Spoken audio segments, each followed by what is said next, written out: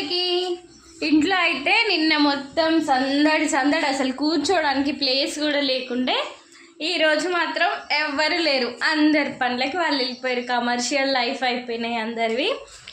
ఇంకా పిల్లలేమో అక్క వాళ్ళ ఇంటికి వెళ్ళిరు, అమ్మ నేనే ఉన్నాం. అమ్మ ఏమో ఇక పెద్ద పనే పెట్టుకున్నది, బట్టలు విండుతున్నది.